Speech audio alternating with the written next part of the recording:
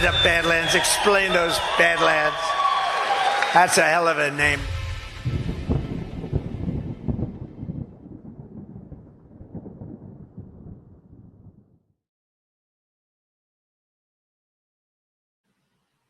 Good morning, good evening, good afternoon, wherever in the world you may happen to be right now. I wish you all the best. I'm very happy to join you all, and we're going to be joined very, very shortly with Gordon Ghost-based Patrick Henry, as he's just fixing a little technical glitch on his end. So before we get into anything, we're going to jump into a quick announcement from an event. Well, this is actually an announcement from Badlands Media. I'm going to just showcase that for anybody who is in or around or just wants to fly down half around the world if you want to. That's okay too, to Massachusetts. This May 1st to 4th, there's something happening. It's called the Great American Restoration Tour. I'm going to read the little write-up for this. And hopefully anybody who's still on the edge might get a little nudge to get their tickets and come down, or at the very least watch online. So it says here, Badlands Media is heading to Plymouth, Massachusetts with the 8th stop on the Great American Restoration Tour, May 1st to 4th. Don't miss out on the conversations and shenanigans. Get your virtual tickets today. Oh, this specifically for virtual tickets. Okay. All right.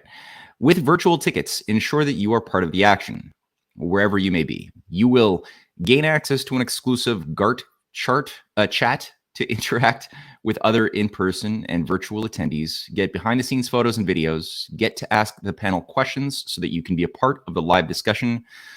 While many of our show hosts are at the conference, you may notice some changes to our regularly scheduled programming. Yep, sorry about that. Get your fix of Badlands Media by purchasing your virtual tickets today. And if you can't watch live, don't fret. Replays of the entire event will be available to all ticket holders. Visit badlandsmedia.tv/events for details on both in-person and virtual tickets. So there we go. All right. I guess. So Gordon and I were just chatting about certain topics to thresh out today. There's obviously, as always, some very important geopolitical dynamics and historical context to those dynamics that we're going to be getting at. I'm seeing Gordon actually hopping into the background here. So let me just bring Gordon to the stage. Gordon, how you doing, man? What's up, Matt? Hello, everybody. How are y'all today?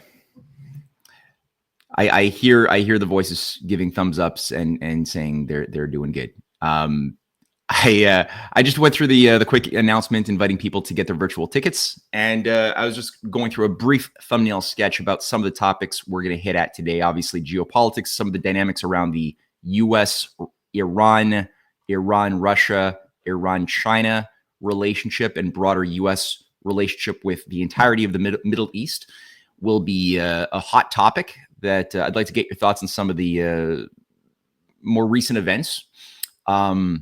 Also, for those who I think everybody probably noticed that that there might be a little less sulfur smell in the air in the Vatican.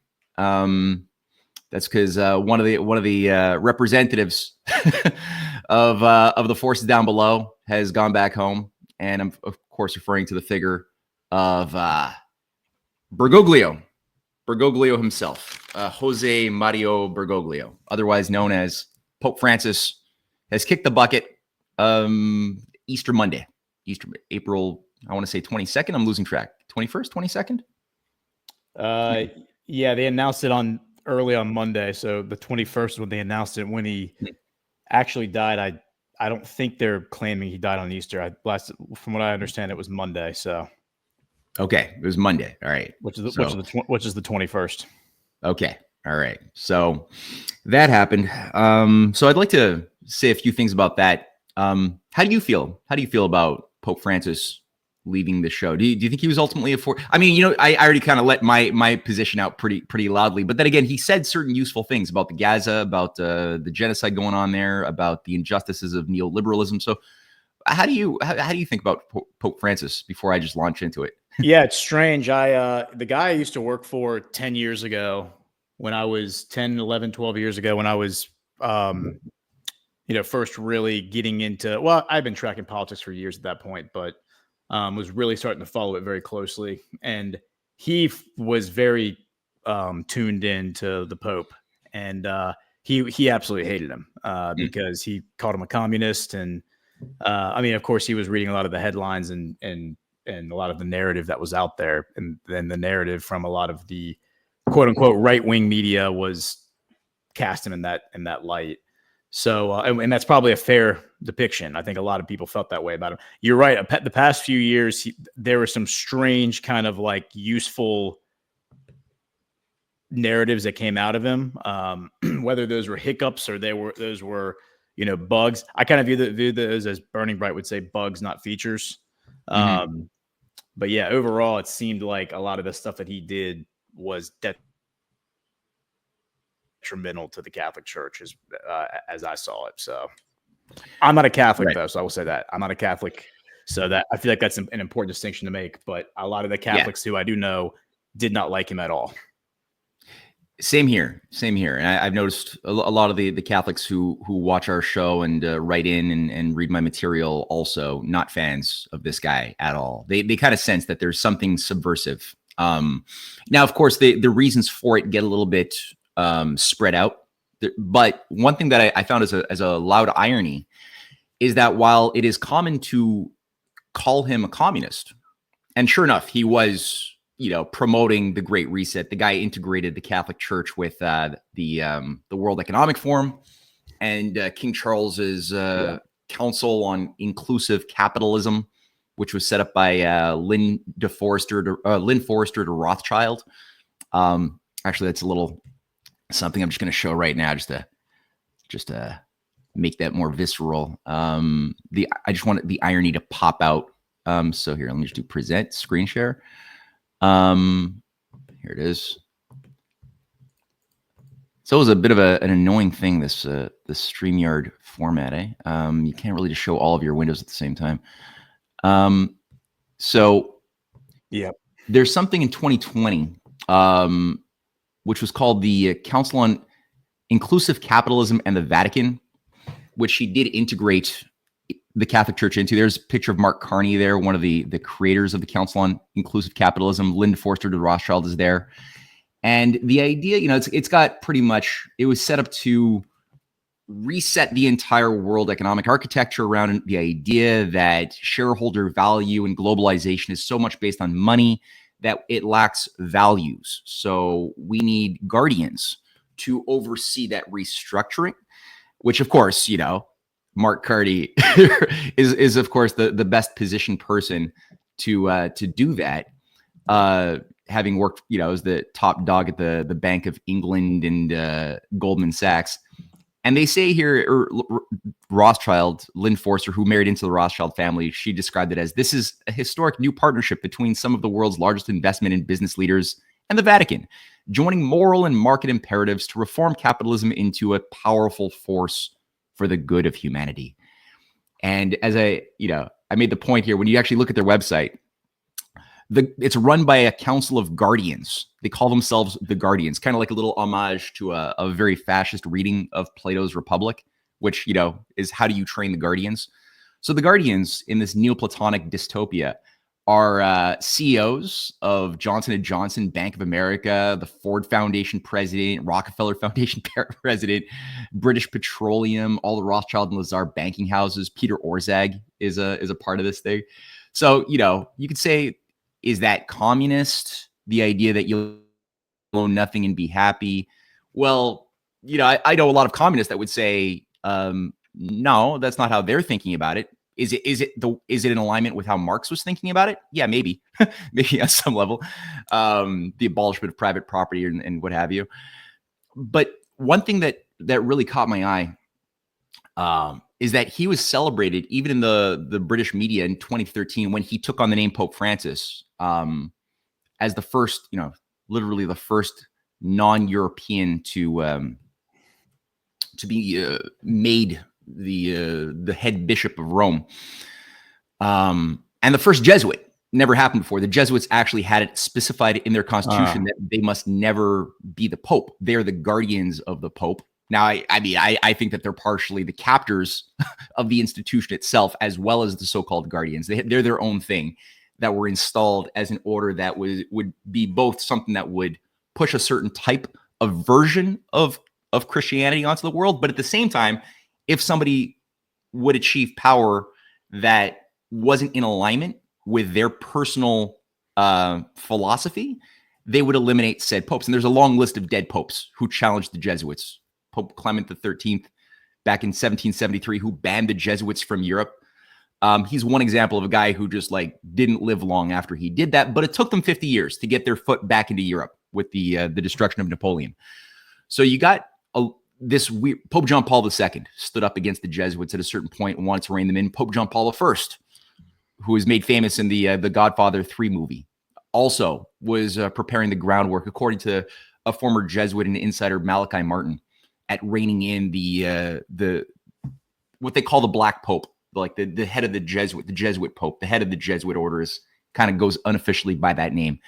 And this guy lasted 30 days and he was dead. Pope John Paul, he did his thing for a couple of years. He tried in his own limited way, and then he got shot and became a weaker man, more pliable after his May 1981 or 82 shooting, near death shot, which gave us the Pope Mobile. So, but we still never saw somebody like a Jesuit get into that position officially until Bergoglio did and took on the name Pope Francis. And all the British press were saying this is the guy who brought in liberation theology into the Vatican, into the Catholic Church. And it's interesting because it's true. It's true. He actually did. When you look at his philosophy of reorganizing Catholicism around social justice, around wokeism, like recognizing LGBTQ. And I'm not against LGBTQ or gay people or anything, but the point being is his reorganization of the entire church around this hyper-liberalized woke ideology was extreme, even to the point that he rewrote the 10 Commandments, put forth like the Eco 10 Commandments in 2020 as well, saying that the new 10 Commandments, we will have the old 10 Commandments, but we need new commandments as well that are more relevant to our current times. And here I've got a little thing here. I'm just going to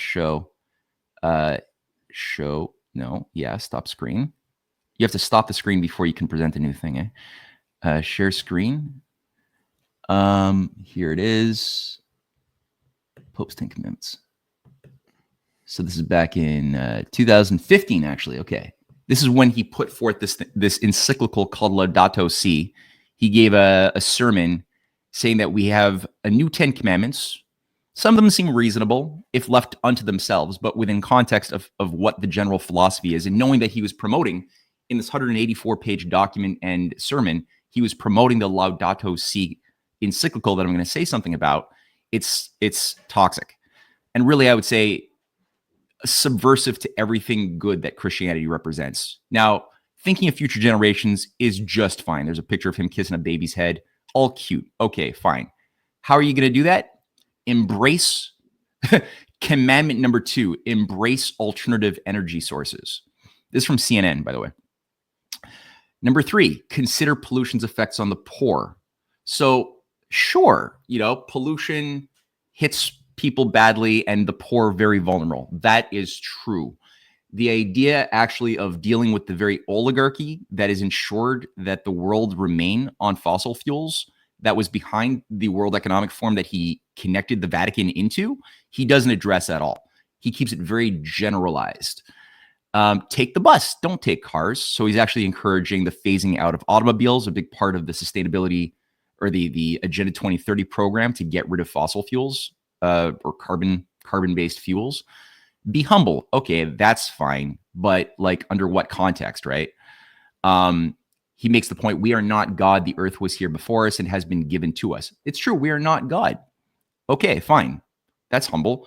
But he's actually in his encyclical and in all of his writings as he was greening the Catholic Church, he took direct aim at the idea that human beings have dominion over nature and that we should go forth, be fruitful and multiply. He actually, and I'm going to have a quote from him directly attacking that idea, saying that is an obsolete idea of Christianity, even though it's in the Bible and it's explicitly a concept which gave rise to the best anti-imperial revolutions and discoveries in the laws of the universe that we've ever seen, which has pissed off those who've controlled things like the Club of Rome, the World Economic Forum that he's so enmeshed into. Don't be a slave to your phone. Good advice. Fine. Don't trade online relationships for real ones. That's good too.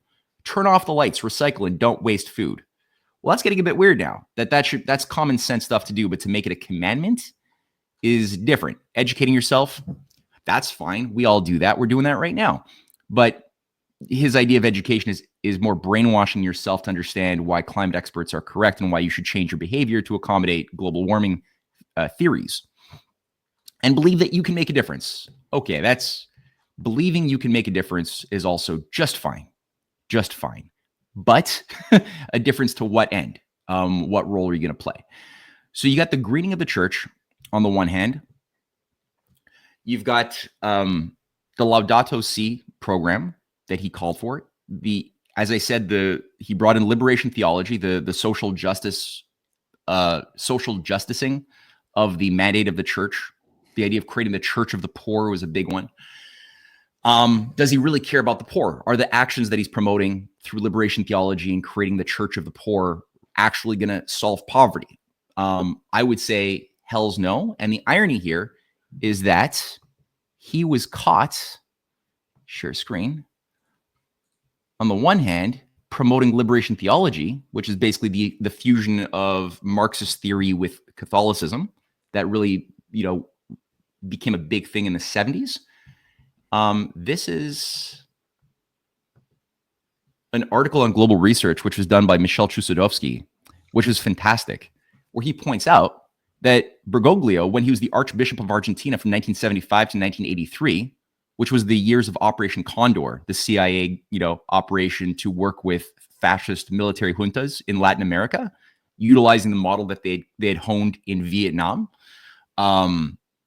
He was actually collaborating with and even organizing the fascist leader of Argentina, General Jorge Videla, who was the Wall Street appointed City of London colluding general, collaborating with Pinochet from Chile in managing Operation Condor, which resulted in about 60,000 civilians mostly being murdered, or just simply disappeared and then murdered. It was designed around the idea of schools of the Americas. I know Colonel Towner Watkins and my wife Cynthia have gone through this immensely. And this guy was actually caught years later. Actually, he was caught at the time because a few of the liberation theologian priests, the lower level ones in the Jesuit order who were fighting guerrilla style with the peasants against these, representatives of the World Bank and the IMF that were managing the militarist regime of Argentina at the time. They went guerrilla because they didn't know what else to do because it was so unjust, right? You're seeing people suffer left and right, and you're a priest working in the slums. You're like, well, at a certain point, I can't just keep on being a pacifist, And these people were like, okay, they had big hearts. They're like, well, let's go Che Guevara style. Let's fight the monolith. All right. So they got into it. And a lot of them were mass executed by their own Jesuit high commanders that they didn't even realize were throwing them under the bus, giving up their names to the military junta so that they could be disappeared. A couple of them at one point survived their torture, were left in the jungle to die after being brutalized for 5 months, these two priests. They ended up finding their way naked into a village and survived somehow, and were basically able to tell the tale that Bergoglio gave up their names to the military junta that he was advising. And this became a huge scandal at the time.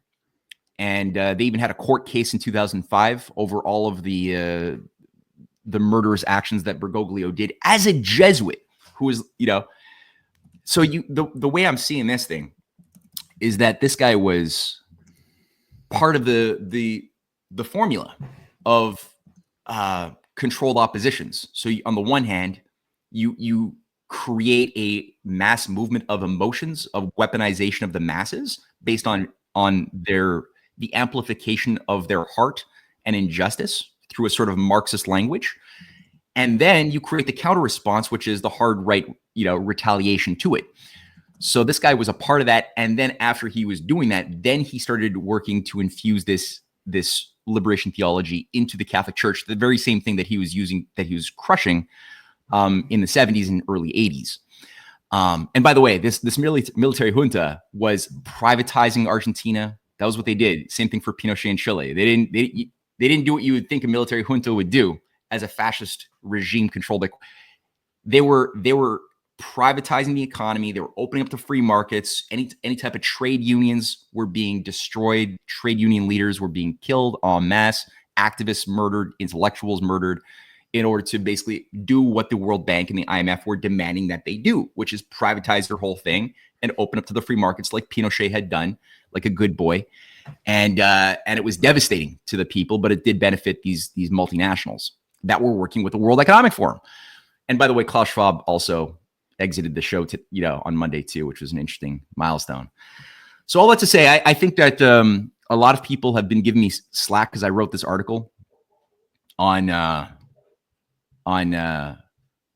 Pope Francis, and this article is, but anybody wants to read it, it's called "The Pope is Dead, but the damage he did to Christianity lives on."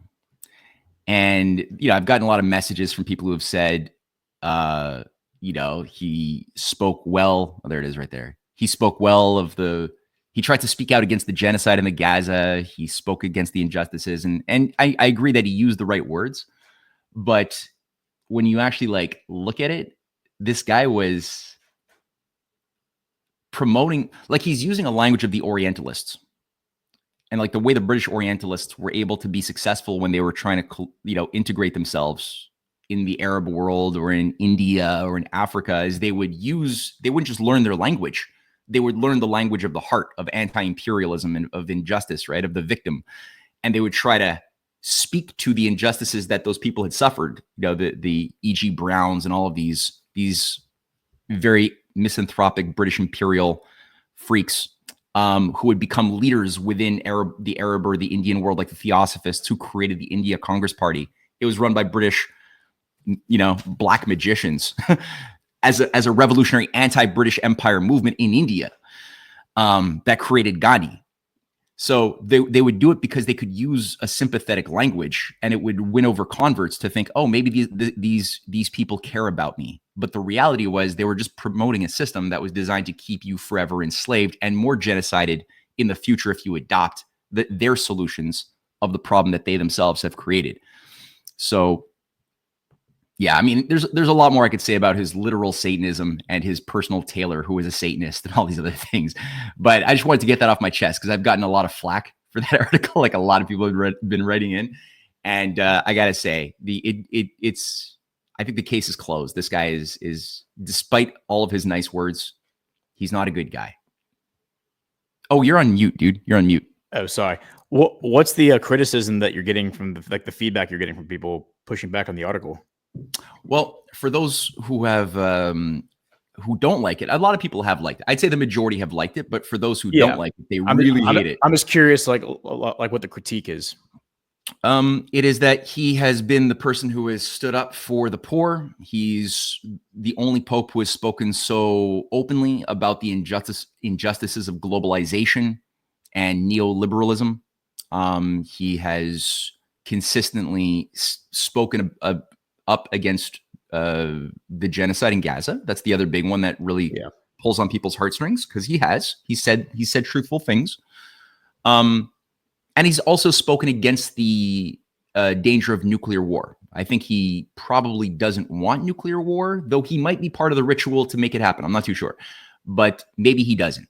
That might be true. Maybe he wants a different, more clean depopulation agenda that does not involve the type of messiness that a nuclear war might entail.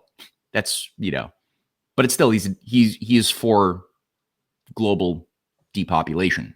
Yeah. And I mean, I think that's the crux of it is, talk is cheap, and I mean, he's the Pope. So people are going to put a little more weight into his words than they would maybe a normal politician. He's going to be expected to take a position on the Gaza situation. I mean, he's the Pope, right? I mean, there's Christians. There's clearly Christians and Catholics in Palestine being murdered. You can't just ignore that. Yeah, I mean, some of the oldest churches in the world have been bombed multiple times by the IDF in Gaza. with church, with Christians huddling inside of it, like for shelter. I mean, it's pretty bad. So, background, it wouldn't surprise me that he's not singing the praises of, the Israeli government. But again, talk is cheap. His power to stop any of that is very, very limited. And the day after he originally criticized Netanyahu sent an envoy to smack him down. And I'm pretty sure he came out and apologized. Because I remember I wrote about that in the news brief, and I was like, this is insane. I was like, the Pope isn't even allowed to do what the Pope does, which is basically to call for peace. If the Pope comes out and calls for peace, which is what the Pope does as a boilerplate statement anytime there's one in the world, that's just his default position is we need to have peace. The Israeli government, Netanyahu, sends one of his henchmen to the Vatican to smack him down, to slap him around a little bit and make him come out and apologize, with the black eye and everything. Just kidding, didn't have a black eye. So that's that.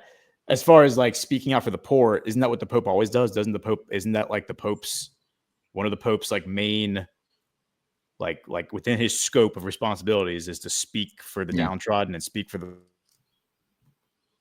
the poor. So he's done it more aggressively than other popes. Again, I'm not Catholic, so I don't really track the Pope and what he's saying.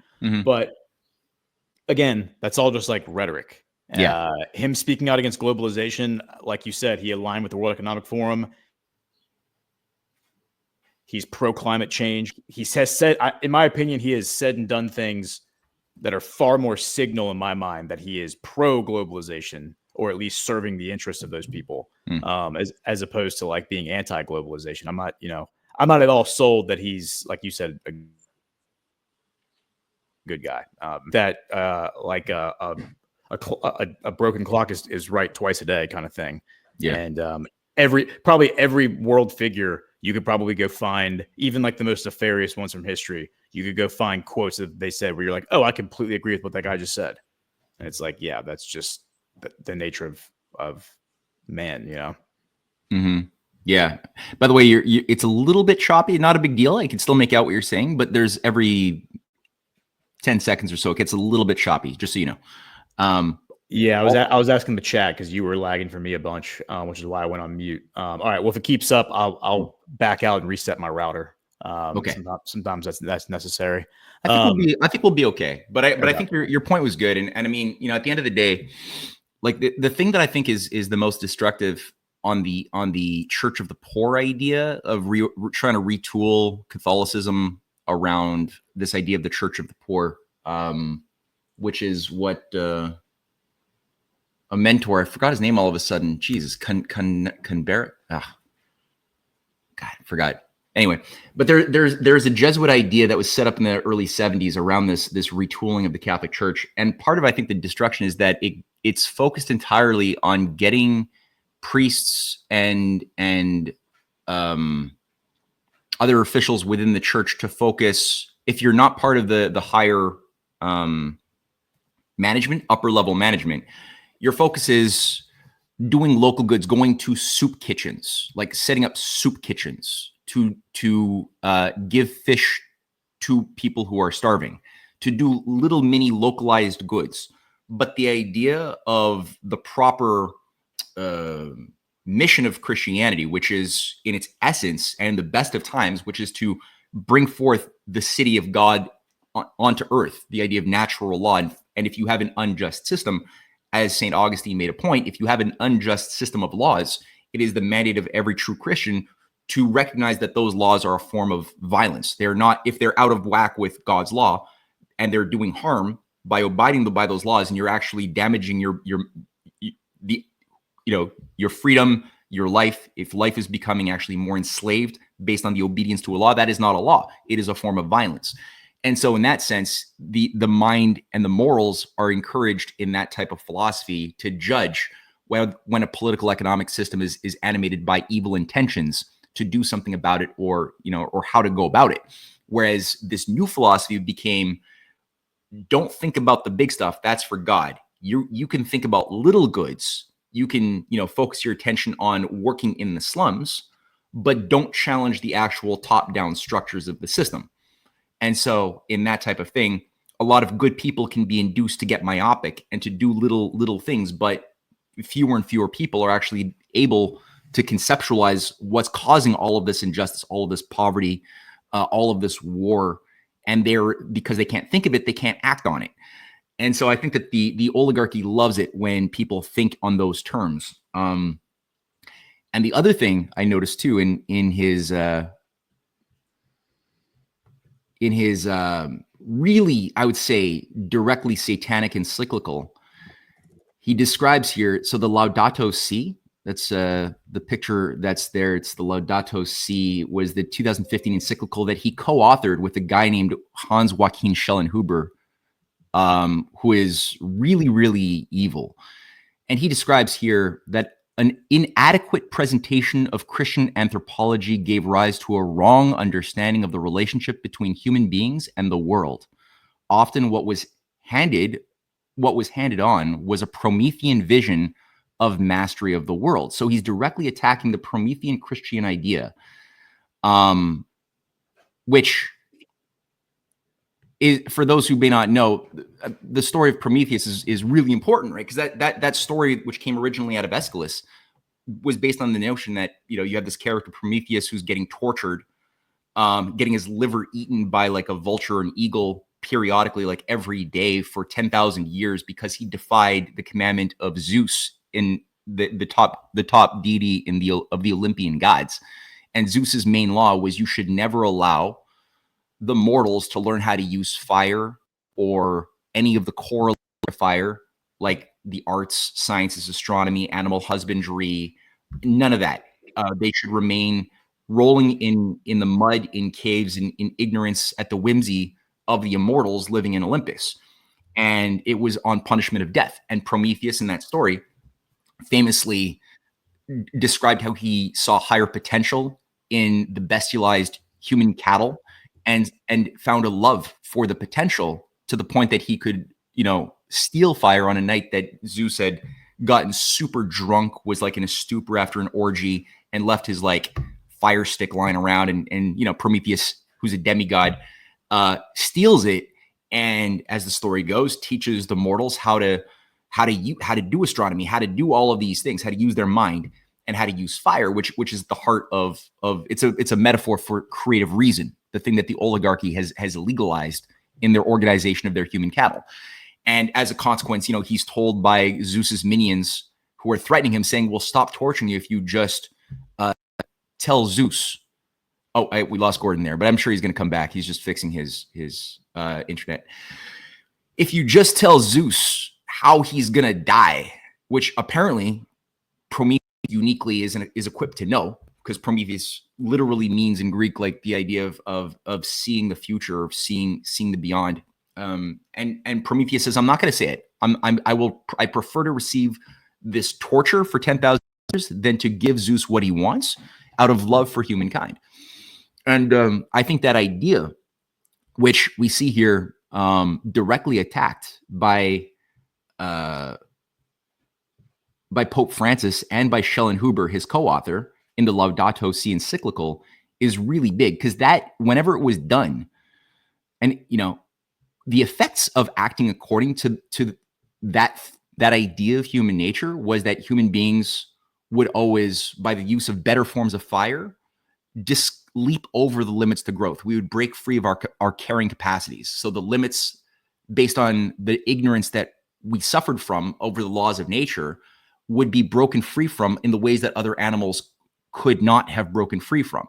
So when we were ignorant of fire, we had certain amounts of people we could support at a given standard of living. When we discovered the use of fire and its application to cook food, we could live longer at higher qualities of life. We could all of a sudden, go into climates that would normally be hostile for life. It's great, but then you don't want to stick with one kind of fuel source. You could just burn wood forever, but there's only so much wood that can be replenished. So when we discovered coal, all of a sudden it's a better quality of fire that releases more heat per volume, and all of a sudden you can have more people at a higher quality of life. And you could keep on doing that. And there's no reason why you should ever stop. And every time we do it well, our freedoms increase, the empire's control over us decreases, and we have more people at a higher quality of life. And this is what the oligarchy has been trying to get rid of. So this population growth chart is why the oligarchy says when we see that, we should think that that's proof that we're a cancer. We're cancerous cells killing the host. And he also in this same encyclical said, the new prayer should be to Gaia, that God should actually be our mother God. And he has a little prayer at the end of it saying, "Praised be to you, my Lord, through our sister mother Earth, who sustains and governs us and who produces various fruit with colored fruits and herbs. This sister now cries out to us because of the harm we have inflicted upon her." That idea of the Gaia cult, this is something which the Earth Mother cult of Venus, of Cybele, of Demeter, this was the ancient pagan mystery cults that were animated around this idea in ancient times, which the whole Gaia movement has been trying to bring back around this idea that no, we have to save our Earth Mother that we've been raping through pollution and civilization. We have to save her from civilization by reducing our impact on our carbon footprints, for example. So that's another euphemism for, I believe, depopulation and a restored ancient pagan superstition that defies the idea that human beings are made in the living image of the Creator, which was at the heart of the Renaissance. It was at the heart of the American Revolution. I think I see Gordon still trying to get his connection. There he is. Hey, Gordon. Yep, sorry about that. StreamYard just crashed on me, so I figured it was time to reset the router. Although it seems like it's my connection to StreamYard because I was having trouble even just accessing the website after that. So anyway, hopefully it's clear now. Sorry about that. No, it's fine. Yeah, I was just going through a little bit more of the Gaia cult that the oligarchy's been trying to bring back, revive that animated the ancient world through the worship of Venus, of Demeter, of Cybele, the various harvest goddess Isis as well. That was a big part of the system of psycho-spiritual controls of the ancient world, was this idea that there's this Gaia force within the earth that we have to adapt to like other animals. So that if we want to learn what human behavior should be, we should look how other animals behave and then emulate them, and thus eliminate this qualitative distinction between human beings and monkeys or human beings and wolves, and just put ourselves into that position whereby then the law of the jungle is something that we're supposed to then adapt to and allow us for, I guess, alphas who are more fit to rule than the betas to be the top dogs in the new caste system, as the technocrats wish us to, believe they are. So that was another mandate of Pope Francis that I was going through in his encyclical. And I mentioned that Joachim Schellenhuber was the co-author of this thing. And this guy, Joachim Schellenhuber, is a knight of the British Empire. This guy is a, here, I got a little thing here. So this is Joachim Schellenhuber,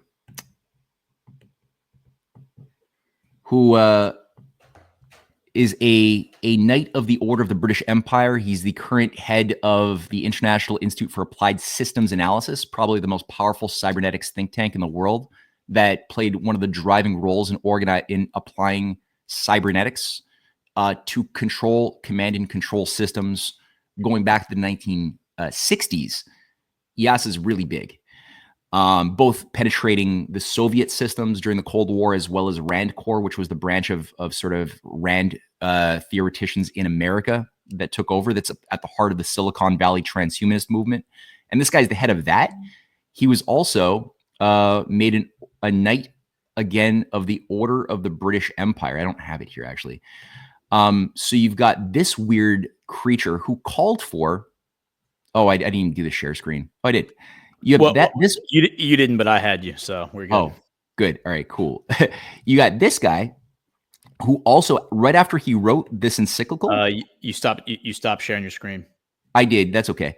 Okay. Right after he shared his encyclical, because I'm not good at finding content in documents that I've opened, so I just gave up. But here we have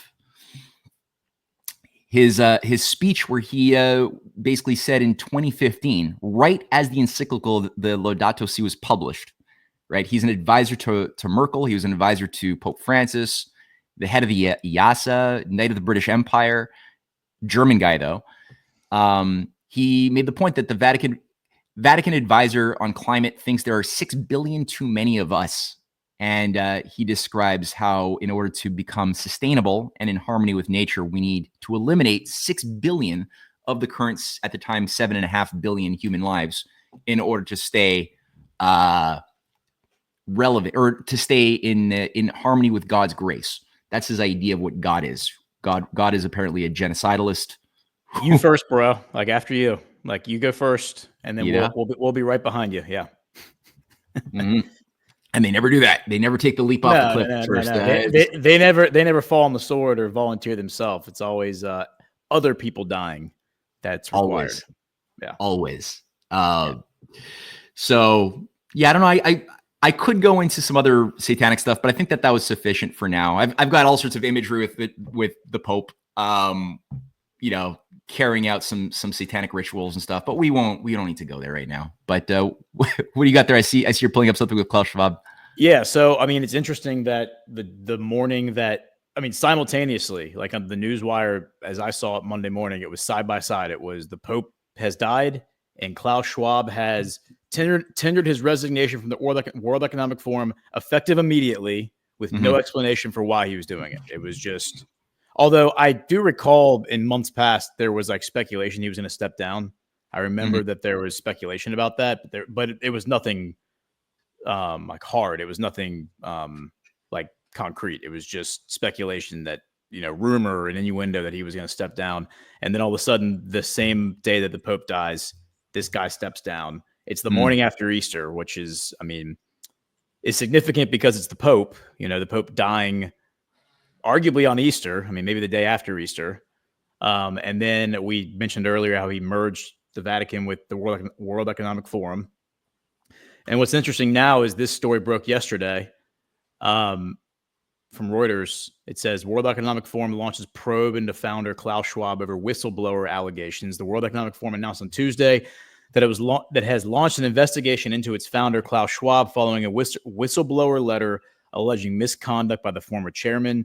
The announcement came a day after the 87-year-old Schwab had said he was resigning as chairman effective immediately without stating a reason. The Wall Street Journal, which first reported the probe, said an anonymous letter sent last week to the World Economic Forum's board raised concerns about its governance and workplace culture, including allegations that the Schwab family mixed their personal affairs with the forum's resources without proper oversight. This is all very surprising to me. The most surprising part of it is that's frowned upon at the World Economic Forum. I figured that was just part and parcel, like with how they operate. But the fact that they're clutching their pearls over him mixing his personal affairs with the forum's resources, I was under the impression that was the entire point the WEF existed. And I'll remind everyone that this guy created the World Economic Forum in 1971, as you explained to me, under the direction of Secretary of State Henry Kissinger. Yeah, and so this is a significant milestone for a number of reasons. But the fact that it aligns with the death of the Pope is not insignificant, in my opinion. I don't know what to make of it, but it happened. At least it was reported that way. And right. Yeah. As far as this story about the probe, there's so many different ways to spin this. This could be narrative shielding. This could be a way of the World Economic Forum capitalizing on this situation to be like, oh yeah, everyone associates Klaus Schwab with being a Bond villain, so we're going to go ahead and paint him as a Bond villain and jettison him away from us so we can, rebrand ourselves as something a little more virtuous. That's one way to look at it. It could be something where good actors have infiltrated the World Economic Forum and created fissures within it and basically have tribalized it and turned it against one another. I mean, I've seen that exact strategy used over and over and over again by bad actors, by black hats in a number of countries and governments over the years throughout history. I've also seen it happen right now as we speak in places like Israel. So by in my opinion, President Trump. So I there's a number of ways to look at this, but it's certainly interesting that it aligns with the death of the Pope. It really does. It is very interesting, the conjunction, and like you said, whether there is a positive infiltration or whether, like, in my view, and I've written a lot about this, I always saw the thing called globalization or neoliberal shareholder value systems that emerged really in a dominant way in 1971 with the World Economic Forum in the same year that the US dollar was severed from the gold reserves and the fixed exchange rate system. That was sort of the ushering in of the thing that became, neoliberalism in its form that it's taken, right? NAFTA, all of that stuff. I always saw that as a time bomb, like that those who created it always knew that it was going to be a means to an end, but not an end unto itself. It was never supposed to be the forever model. It was always supposed to just do a certain thing. And that thing was the stripping of nations of their capacity to have economic control over their destiny, which was done through everything we've talked about, and the consolidation of that power to an unelected elite that would be represented by those same forces that would be managing the Bilderberger Group, the World Economic Forum, as a junior partner of that thing. And ultimately was going to create a speculative time bomb based on unpayable debts, which would be then detonatable at some point. So, and then with that detonation, for those in the know, they could oversee even more of a wealth transfer and control the terms of the new system, kind of like what happened after World War I, which was sort of just a detonation of the world system and the idea of creating a League of Nations and a transhumanist, or then it was called eugenics elite. So that's part of the one consideration I have. But again, the fact that Klaus Schwab stepped down the same time and that there's this scandal the same day that Francis dies reminded me, as you were talking, of that. I remember there was this thing on the tip of my tongue and I couldn't think of it. I finally pulled it up. There's this fellow, a good researcher, William Engdahl, wrote an article called "The Sinister Convergence of Klaus Schwab's Great Reset with the Vatican and Liberation Theology." This is the article that I had read, and I couldn't remember this guy's name, who Klaus Schwab described. This guy, Helder Kamara, right? That's him. He was a Brazilian integralist. He ran the Brazilian Integralist Action, a fascist occult agency that was created by a bunch of pro-Nazis in the 30s. This guy was the guy. Klaus Schwab said that this guy was his guru. It says here he was the founder of Liberation Theology, and Gutierrez and Klaus Schwab both were influenced by this guy's teachings directly, and so was Pope Francis. And it says here, in a 2013 visit to Brazil, Pope Francis named Dom Helder Kamara as someone who indelibly marked the journey of the church in Brazil. Again, they were all friends. And that's part of, I think, the idea of the Council on Inclusive Capitalism. Like Mark Carney as well, his father, his grandfather were all part of the this Jesuitical operation inside of, in this case, it was Canada, overseeing certain injustices being done in the defense of the Catholic Church against the natives. And ironically, it appears, according to Wiki Spooks, that Mark Carney, who's about to become prime minister, it seems, in Canada, is also a member, a Knight of the Order of Malta, which it seems is the, as you and I have gone through, this is sort of the gang counter gang system, the way it's been wired for 1,000 years, that began with the Crusades, were these sister orders that seem like rivals. The Knights Templar being the more effeminate, taking the left-hand path of, of the ritual on the one hand, and the Knights Hospitaller taking the right-hand path. And both of them would kind of work together. The Knights Hospitaller later on became the Knights of Malta.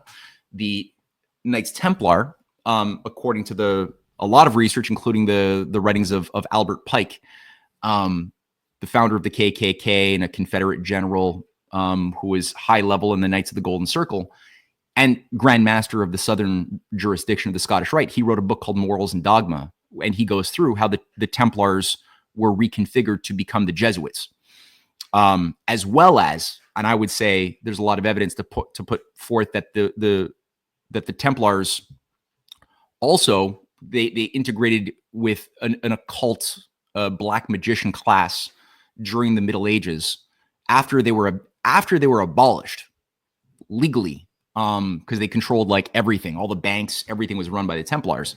After they were shut down, they went underground.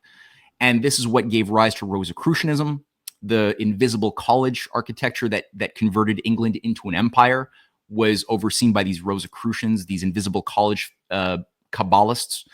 And this is what became the modern, United Grand Lodge system of England that set up the Southern Rite in the United States to infiltrate and undo the best of the American Revolution. So you got the Templars becoming the foundation for this Gnostic infiltration, and that created the Jesuits, that created simultaneously the Anglicans, the Anglican Church being the only schismatic church, which was permitted to have churches set up in the Vatican, in Rome, I should say, right next to the Vatican. There's actually Anglican churches, which is weird because that's where you have the King of England, who's the hereditary divine pope for that church, not the pope. So you got a very insurrectionary church set up in the same year that the Jesuits are created in England, but they're allowed to operate in Rome, right? So you're like, why? What's going on? And it seems, being a Canadian from Quebec, I've got pretty much direct, looking at Quebec history, that's everything. It's this Anglican, Jesuit, like high priesthood collaborating for centuries at keeping the Quebecois locked into a false cultural matrix that's highly controlled and that undermines our true destiny. So it's a weird thing. But all that to say, the Knights of Malta that Carney also seems to represent, it's a controlled opposition, a seeming right-wing reactionary thing to the left-hand path. And it seems like things are being possibly set up. You got, I think the Pope has disgusted enough people with his radical liberalization and wokeism that it does seem, in the enclave that's going to happen in 2 weeks, where they're going to vote for the new Pope, it does seem like it's likely that there's going to be a hard right reaction, which might seem incredibly sane for a lot, like a breath of fresh air of reason. But the figure who seems to be the guy who's going to be taking that position, forgot his name. He's an African. Is a member of the Order of the Knights of Malta as well. Who I think, I've seen him splash all over the RT news page, saying that it looks like the next Pope may be African. Yeah, it seems so, and I think that he's a shady character. He also played a role with the CIA operation in I wish I took my notes. Right, I did take notes, but I don't have them with me. Or do I? Oh, there was a CIA operation that's tied to Operation Condor in his own country that he played a role in overthrowing the socialist leader who was actually just a nationalist trying to fight for his people against the IMF and the World Bank. And he played a role in overthrowing this guy and running a mass genocide, and then being celebrated as, I don't have my notes with me. Damn. But yeah, he's got a weird, shitty background that runs in alignment with Pope Francis's on so many degrees. And then afterwards, when this job is done of Operation Condor, they go and like split off. And Operation Condor did have many applications in Africa as well. And they split off and become sort of apparent opposing forces within the great game later on within the Vatican. But I don't think any of that's genuine. I think a lot of that's kabuki theater as part of the invocation ritual. That's how I'm sort of looking at things these days. So we'll see where that goes. I mean, we're going to find out in 2 weeks anyway, but that's where my spidey sense is tingling. Interesting. Yeah, there's some pretty wild stuff happening in Africa right now. Well, I guess real quick, because I do want to talk about China, because the stuff happening in China is really, really interesting. And obviously Russia and the Middle East as well. But real quick, this story just this story came out on Monday, and it kind of like got like I missed it initially because it was kind of pushed to the back by all the Pope and World Economic Forum stuff. And then of course like Trump going to the Middle East, he announced that yesterday. But the DR Congo has seized the assets of the former president. And so just given the amount of attention we've given to the DR Congo on this show, I thought it was worth mentioning that Joseph Kabila, who was the president from, I believe he was president from 2000, from the year 2000 until 2019. His father, I'm sorry, was president from 2000 until I think 2003, and then he was president from 2003 until 2019. If I'm remembering that correctly, let me fact check that. But anyway, it says that the government there has, from 2001 until 2019, his father was in office, I think from 1999 until 2001. And his father was installed by what's his name? Is it Karambe? The Rwandan president. Museveni is Uganda. Paul Kagame. Paul Kagame is Paul Kagame. Paul Kagame is the current Rwandan president. He was the quote unquote hero of the Rwandan genocide, and then was installed as president of Rwanda afterwards. He funded the coup that Joseph Kabila's father launched in the late 90s, and installed himself as president. He was then assassinated in 2001. That's when his son became president, Joseph Kabila. Kabila, the son, is the one that Dan Gertler gave hundreds of millions of dollars to in bribes to get an exclusive monopoly over the mineral rights in the DR Congo. And that's what led to Trump doing the Executive Order 13818 in 2017, which froze all of Gertler's assets because he was using child slavery. And then, of course, there were a number of failed coups that at that same time, rather, a few months after Trump did that in December of 2017, an election was held in the Congo. By that time, the story had gone public that Gertler had been bribed Gertler had bribed Kabila. So Kabila was so disgraced he couldn't run for re-election, which allowed the current president, Tshisekedi, I think is how you say his name. I just call him Mr. T because I can't. His last name is a nightmare for me to try to pronounce. But so what's interesting is that there's like this new terrorist, not new, but an old terrorist group, M23, that's been trying to overthrow their government. And now Kabila is having his assets stolen. It says they've banned former President Joseph Kabila's political party and ordered his assets seized for allegedly supporting the M23 rebels who have taken control of large swaths of land in the country's troubled eastern provinces.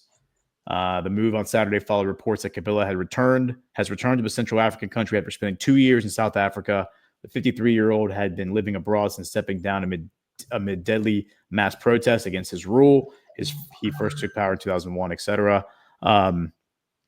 That's interesting, though. So now we're actually getting comms from the Congo government, the Congolese government, that this guy is being accused of being behind the M23 terrorist group, which I think aligns perfectly with everything I've been thinking, is that these failed coups over the past couple of years were either Yossi Cohen and Dan Gertler or their business partner, Joseph Kabila, or both, all three.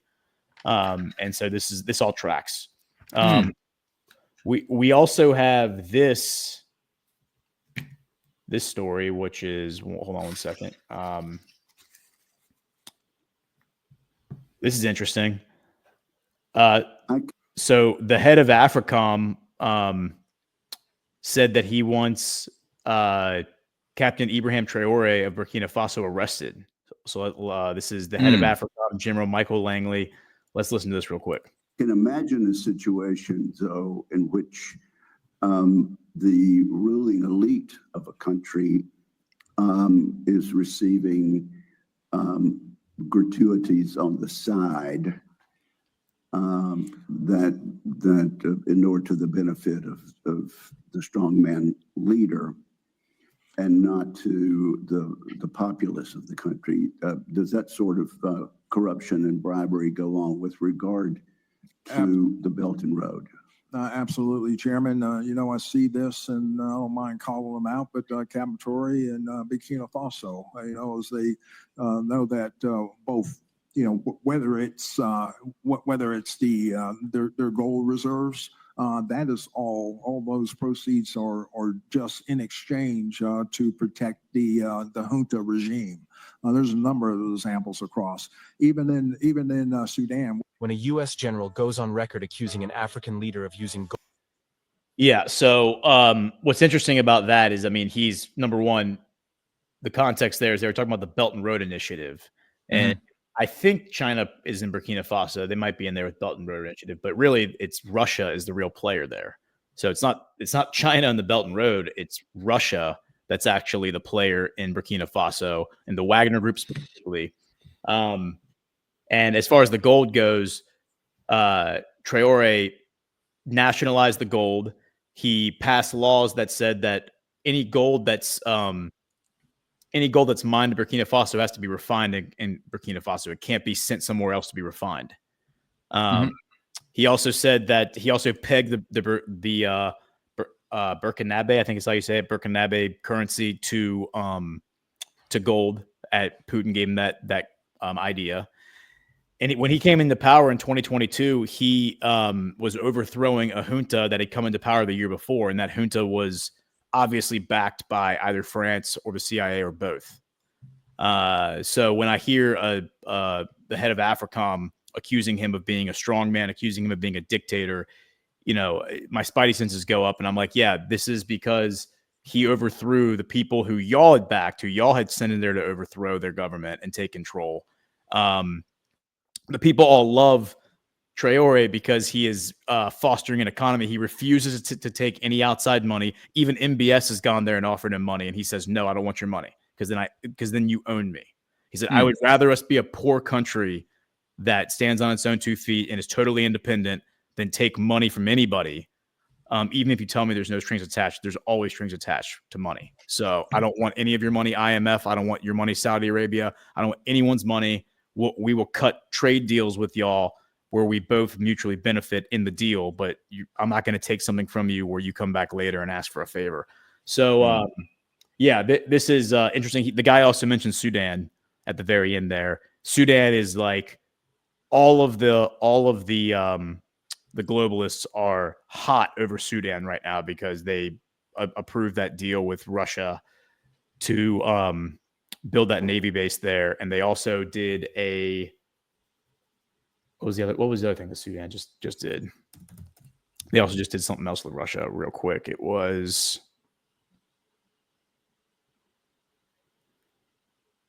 I know that there's the port of Sudan that I know they've been in negotiation with Russia to give Russia control over that. I don't know if that's gone through finally or not. Did that, or is that still in up in the air? Yeah, well, they approved it back in like 2023. I think it was February 2023. And the interesting, I won't get to do a deep dive because I did that on my geopolitics show a few weeks ago. But the TLDR is that we haven't had a diplomatic mission there. Like we haven't had an ambassador in Sudan since I think 1995 because it was too destabilized. And then all of a sudden, 2017, Putin sends a proposal to them saying, hey, can we build a Navy base? It'll be the first military base we've ever built in Africa. Can we build a Navy base on the Red Sea on your coastline? For those wondering, Sudan is south of Egypt, across the water from Saudi Arabia. And they said, all right, we'll think about it. And then in 2022, Biden comes into office. He appoints a very, very high-ranking senior executive service statesman from the State Department as ambassador to Sudan. And this guy publicly threatens the Sudanese government that he says, if y'all approve this deal, you're going to really regret it. We will make sure we will sanction the hell out of you. We'll make sure that you can't trade with anybody. This was all public. And then, of course, a few months later, February 2023, they approved the deal. They said, "Oh yeah, we do accept Putin. You can come build a Navy base here."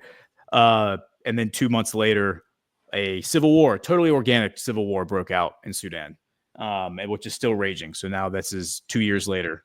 And so they just finalized all the details of that deal in January. They announced that because they approved the deal, but then they had to work out all the logistics. So back in January, they announced that all of the logistics have been worked out and details have been worked out. And I don't know if it's under construction yet or not, but the details have all been approved. So, what do you think about this? Like, I know that there was the announcement.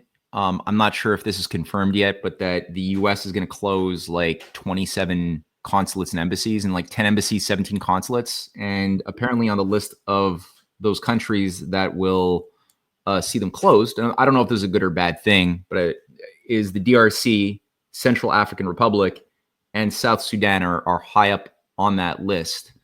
What do you think about that? Like, what do you think the reasoning is behind that being shut down? Because admittedly, the U.S. embassies have not been a force for good. Yeah, they've usually been coordinating. Oh, here it is. Actually, here's the picture of it.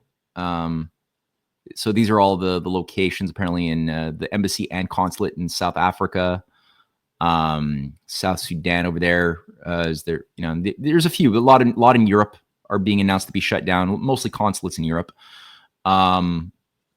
So yeah, they've been organizing tools for regime change, which isn't good, but they could be feasibly good things too, to coordinate good diplomatic back channels. So what do you think? Yeah, I actually think this is all like a net positive, and the reason is really simple.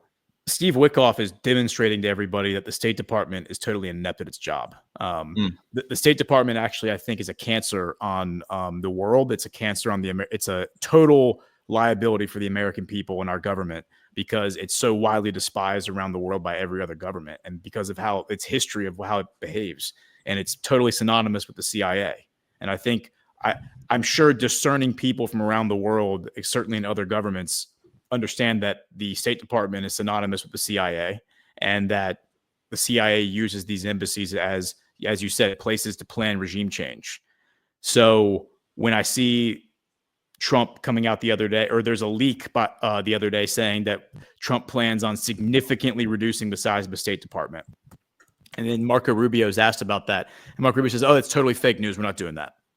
Well, in that article, it explains there are 80,000 employees at the State Department. Okay. 50,000 of those employees, of people that we pay with our tax dollars, are foreign nationals working in foreign countries. So we literally have these foreigners on our payroll. We're paying them money. They're on the ground in their respective countries working for us. Doing what exactly? I'm not really sure. But I think this all has to do with like how they pay people off in foreign countries to maintain control. And then when things don't work out, they just kill everybody, overthrow the government, or they do like a color revolution, using the media and like a psychological warfare operation, depending on the situation. But it's either they kill everybody, or they hold a totally real, not fake election where a new guy is installed. The populist itch is scratched and life goes on. So I think in my opinion, I said on Badlands Daily yesterday, what I would like to see happen is I like to see the entire State Department abolished, a new agency formed, and then anyone at the State Department who wants to continue working for the State Department just apply for a job at the new place. And then that will be the filter to figure out, are there any people in the State Department worth keeping? And I'm not sure. I mean, I can't answer that, obviously, but I think the history of the State Department since the end of World War II is extremely bad. It does not have a good track record for operating. It's extremely nefarious. It's done more evil than arguably any single agency in the world. I would put it right up there with the CCP, and anything that they could say about the CCP, the State Department has already done. So, like under the guise of something else. So I think that all the things they say about North Korea, all the things they say about Russia and the Soviets, all that stuff, State Department was doing that. So, I think that hearing that we're going to shut down a bunch of consulates, they said in Sudan, there's like, in addition to the to the embassy. There's like 5 consulates operating there. Yet we just opened the embassy in 2022. Like what? So we haven't had an embassy from 1995 until 2022. We all of a sudden reopened the embassy, and then we opened 5 consulates with it in the country. Like, come on. While there's and then within a year of doing all of that, a civil war breaks out in that country. Like, come on, guys. I mean, these people think we're stupid. Mm-hmm. Right. Yeah. I mean, the State Department, I often cite this 1944 conversation or 43 conversation between FDR and his son, Elliot Roosevelt, who was his personal assistant right after it's in 44. So the Tehran conference, I guess, was what had happened. Or is that 44? Anyway, 44 is the conversation right after a debate, a clash between Churchill and Roosevelt about what the post-war world was going to look like. And Elliot documents in this book, as he saw it, how his father told him that the entire U.S. State Department is run by followers of Winston Churchill and think that what the United States should do in the post-war should be whatever the British does and then follow that.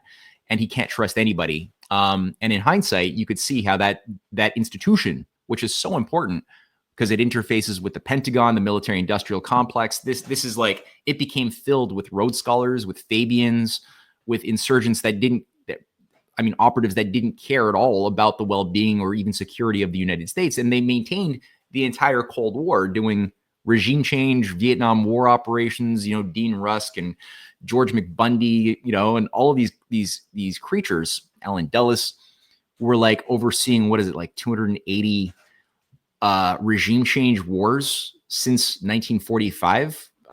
Yeah.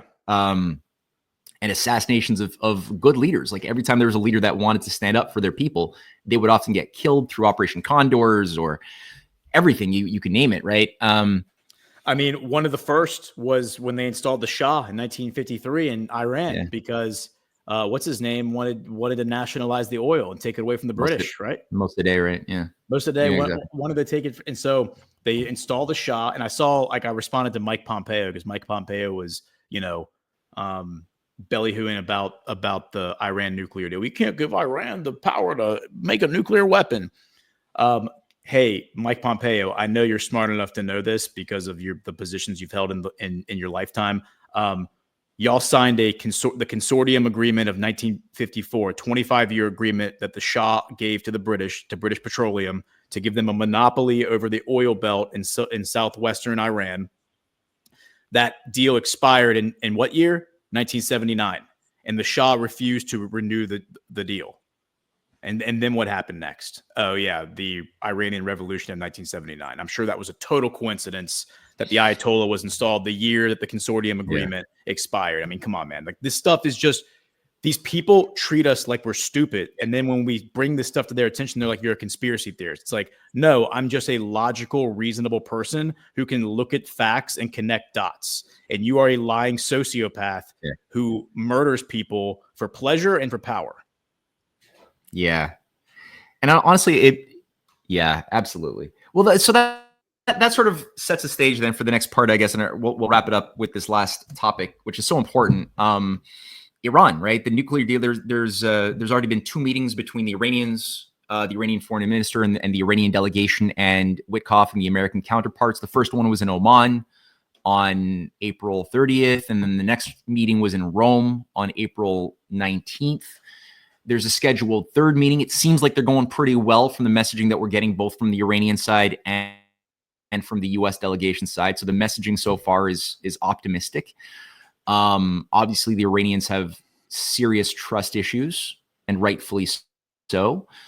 You also, in the context of this, deal, which involves the Witkoff coming out openly saying that we want Iran to have civilian nuclear power, just not a bomb. Okay, fine, good. And there's a hope to get over the sanctions that have been really crippling Iran for a very long time, and to create some sort of a collaboration.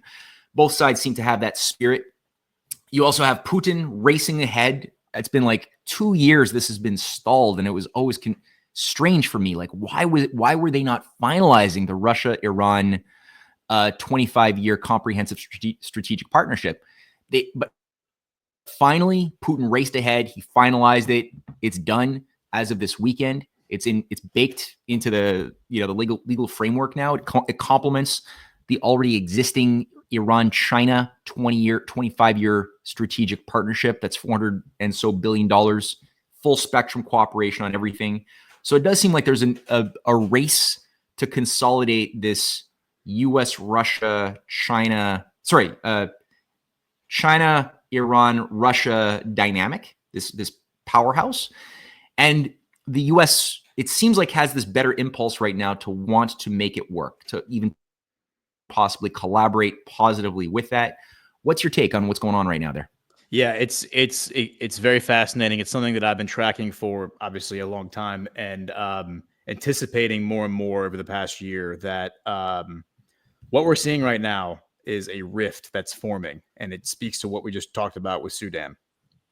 There's a rift in the Trump administration that on one side you have the neocons, the establishment Republicans that Trump has installed, Marco Rubio, Mike Waltz, Mike Huckabee, who's the Israeli ambassador, and then you have people in their orbit, Tom Cotton, Lindsey Graham, all these war hawks who are hyper Zionists. I would describe them as hyper Zionists. I would say that they more faithfully and loyally serve the government of Israel than they do the American people. I think that's been proven throughout their careers. They're on one side, and on the other side, you have Steve Witkoff, Adam Bowler, who are the two businessmen who have been appointed envoys to deal with these situations in the Middle East. You also have reportedly Pete Hegseth, to his credit. He's on this side as well, and a number of others. And on the Witkoff side, Witkoff is, the neocons are pissed off at Witkoff because him and Bowler are meeting face-to-face with all of these people.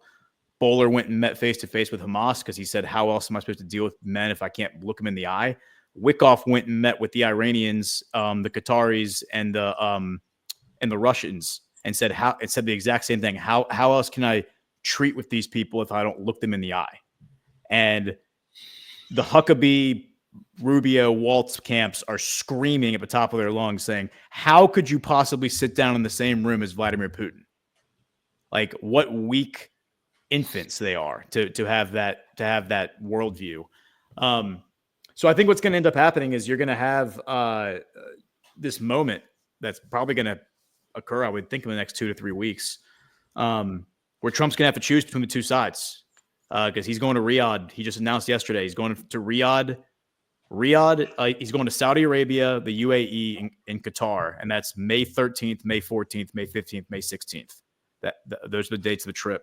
No, there's no mention of Israel. He's not going to Tel Aviv, it sounds like, while he's over there, at least not yet. I am expecting Putin to come out and say he will also be in Riyadh on May 13th. That's something that's been speculated since February or January, that they're both going to meet in Riyadh. And so, I think that we're going to see a moment where the two are going to come together, and they're going to have to make amends. I think it's going to be a historic milestone in the relations between the U.S. and Russia, a restoration of our relations pre-World War I. And they're then going to have to turn and deal with Ukraine with the Zelensky and Netanyahu regimes, because I don't think either regime is going to come to heel. The language and actually, you know what? I want to go ahead and just share this. The language coming out of the entire diaspora right now, which is like the Jewish network, the pro-Israel, I should say. It's not, because it's not just people who are Jewish; it's people who are Zionists. The whole Zionist network is this, and so you have this is everywhere. You can go anywhere on X and find these kind of comments. But I kind of found the two different sides of their conversation. On the more tempered voice, on the more tempered side, you have guys like Mark Levin, who, Levin's going to present himself as a little more polished and a little more of a calm demeanor, so to speak. Although I think he's been frothing at the mouth against Trump speaking to Putin, Trump speaking to Iran. But he says right here, in the end, Israel would need to take out those Iranian nuclear sites, regardless of who does or who does not support them, and regardless of negotiations, talking about Trump. And then he goes on to talk about the Holocaust and how we can never let the Holocaust happen again. On the other side of that spectrum, you have very large like influencer accounts. You have people with 40,000, 50,000, 60,000, 200,000, a million followers. This is one of them. This guy, Misfit Patriot, he has like 50,000 followers, and this guy's a little bit of a loose cannon. But this got retweeted by a lot of people, like a lot of, I'd say, more prominent political voices, you'd say. Like more establishment types. And he says right here, I want to read this whole thing. He says, I'm okay with as many dead kids as it takes to stop Hamas. You people sound like woke leftists trying to make an emotional argument so you can argue from a position of moral superiority. You might as well put a rainbow flag and pronouns in your bio. If you try to emotionally blackmail me, I will pull your effing card. Literally every single Palestinian can die if that's what it takes to save Israel. How many kids were in Sodom and Gomorrah? And then he goes on to talk about God doesn't give an F about any of them. What about the firstborn of the children in Egypt? How many children died in Hiroshima and Nagasaki? All of them. That's my acceptable cost. Palestinians raped and murdered 1,200 innocent people, took Americans hostage, F them and their whole bloodline. And then he goes on to insult people. This is a very, very common attitude, though, that I'm seeing emerge online. I saw Jordan Peterson appear on, I think it was Joe Rogan's show yesterday, where he said, you are a psychopath. He said, psychopaths are taking over the right wing. Anyone who criticizes the Israeli government is a psychopath. Yeah, I mean, so that's where we are now, where, you know, guys like Jordan Peterson, who I think Jordan Peterson's a kook. I think he's probably some sort of intelligence asset. But calling people who have legitimate criticisms about the actions of governments psychopaths. Like we're falling into like that mode of just hurling insults at people. It's a very like leftist tactic. It's like the same tactic we saw from the far left, so to speak, when Trump first came into power. And these people are now just emulating that and falling into it. So I think Trump, though, has baited this out. Like I think Trump has very, very skillfully positioned himself. And this goes back to everything I've said over the past year or two, where he's pro-Israel. I think he's pro-peace. I think he's trying to prevent people from dying. But in order to make this all work, he has to present himself as pro-Israel, but he's also like not letting Netanyahu strike Iran. He's putting tariffs on Israel. He's doing things that I think the Zionists understand are detrimental to them, but he's doing it with a smile on his face and waving the Israeli flag and saying, I love Israel. Nobody loves Israel more than me. Tariffs, no bombing campaign against Iran. I'm making peace with Iran. I'm making peace with Russia. I'm meeting with face-to-face with Hamas. Bring back the hostages, Netanyahu. Enough of this.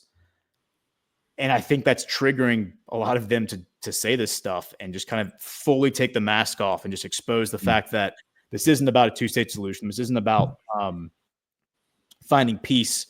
This is about war, like never-ending war. Conquest and expansionism, and their mouthpieces are all kind of like jumping the shark right now. Right. What do you think? What do you think about the danger of Israel just losing their shit completely and overturning the chessboard? Like, there's this on the Arab Observer. It's where is it? Here it is. Israel plans to strike Iranian nuclear sites despite internal rifts. Yep. So there's an announcement of, or at least an intentional leak, it seems, from the Israeli Air Force that they've been planning out and gaming out an exercise to strike Iranian nuclear sites in May. This just was released April 21st, and they're going to a certain degree of detail based on this idea that Iran, is about to have the nuclear bomb that they've been saying repeatedly for over 20 years. Yep. You got that.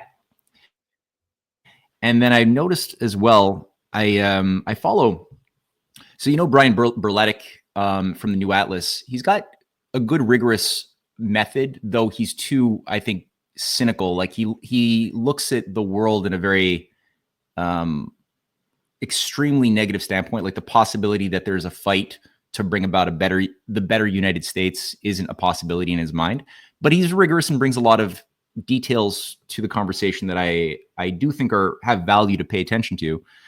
earlier on in 2009, he brought up this document that I just downloaded from the Brookings Institute. I don't know if you've ever seen this, called "Which Path to Persia: Options for a New American Strategy Towards Iran."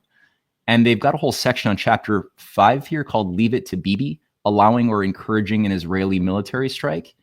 And in that same document, this is again the Brookings Institute. It's run by Strobe Talbot, right, the Rhodes Scholar who came in with Bill Clinton, and Jake Sullivan at the time was still overseeing that thing before he became Biden's handler, another Rhodes Scholar. And they have these two, areas in the "Leave It to Bibi" section where you have the section of goals, where it's written, however, the first part here is underlined in red. In this case, an added element could be that the United States would encourage and perhaps even assist the Israelis in conducting the strikes themselves, in the expectation that both international criticism and Iranian retaliation would be deflected away from the United States and onto Israel.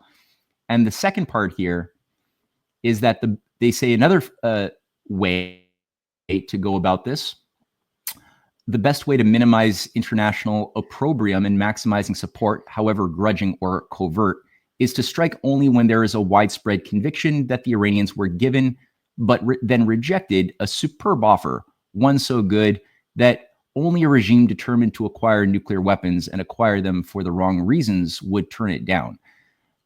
So that kind of like jarred me a little bit. This whole acceleration by the Netanyahu Ben Gvir freaks. And Ben, I noticed that you posted, it was just celebrated by certain treacherous factions in the Republican Party at Mar-a-Lago as a great hero. And then you got, in my mind, I'm always thinking about, the crusade, right? I'm thinking about the Crusader Gnostic Satanists. That's always in my mind. And I'm looking at people like Pete Hegseth, who says a lot of nice words, reasonable words. But then I know he's got this Crusader soul. He tattooed, the Kingdom of Jerusalem thing on his chest, following the lead of King Edward Edward VII, and Richard Lionheart. You got Rubio, who's a devout crusader, like he's a neocon. I don't see him necessarily having reformed, but he's using all the right words that I like. Pro multipolarity, we need peace.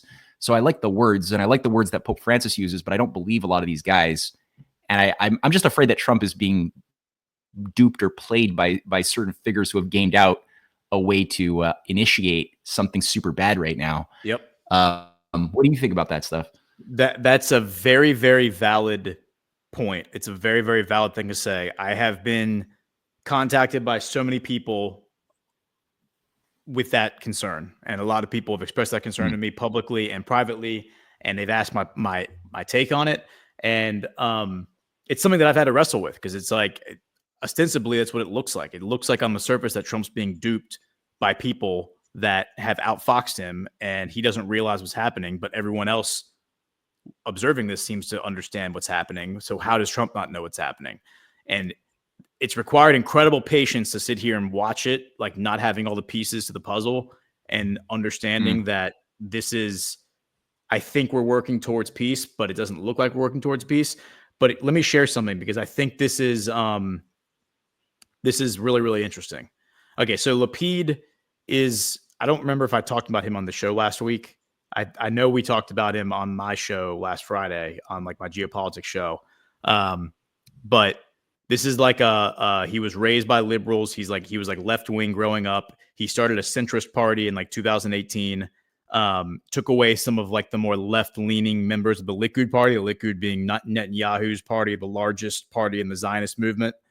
But he's considered like a centrist, right? But he's the leader of the opposition party, meaning that there are 68 members of the 120-seat Knesset that support Netanyahu. So the 52 people who don't support Netanyahu form their own coalition called the opposition, and he's the leader of this.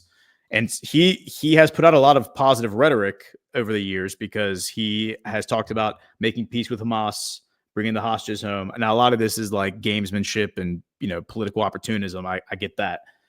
Last week he said that a government of criminals, talking about Netanyahu, are attacking the Shin Bet, which is their FBI, to divert attention away from Qatar Gate. So this guy has been very, very, he's an opportunist. I think for his background, he's a TV anchor. So he used to be a TV anchor. He's now a politician. It would be like, I don't know, George Stephanopoulos like becoming a politician, like in Israel, right? But I saw this and it led me down a little bit of a rabbit hole, and this is really interesting. So the guy on the left here, this guy on the right is Naftali Bennett, and Naftali Bennett these two together actually served as alternate prime ministers from June 2021 until December 2022. For 18 months, both of these guys were prime minister. First, it was the guy on the left, Naftali Bennett, for 12 months. This guy on the right was the alternate prime minister. I guess that's like the vice prime minister. I'm not really sure. And then they switched for the last 6 months. The guy on the right became prime minister, and the guy on the left was alternate prime minister. And they did that. They joined forces basically to get rid of Netanyahu. Naftali Bennett, at the same time, this guy on the right formed his own political party. The guy on the left formed a political party. And the idea was he was going to take away the people on the furthest right side of the Likud party.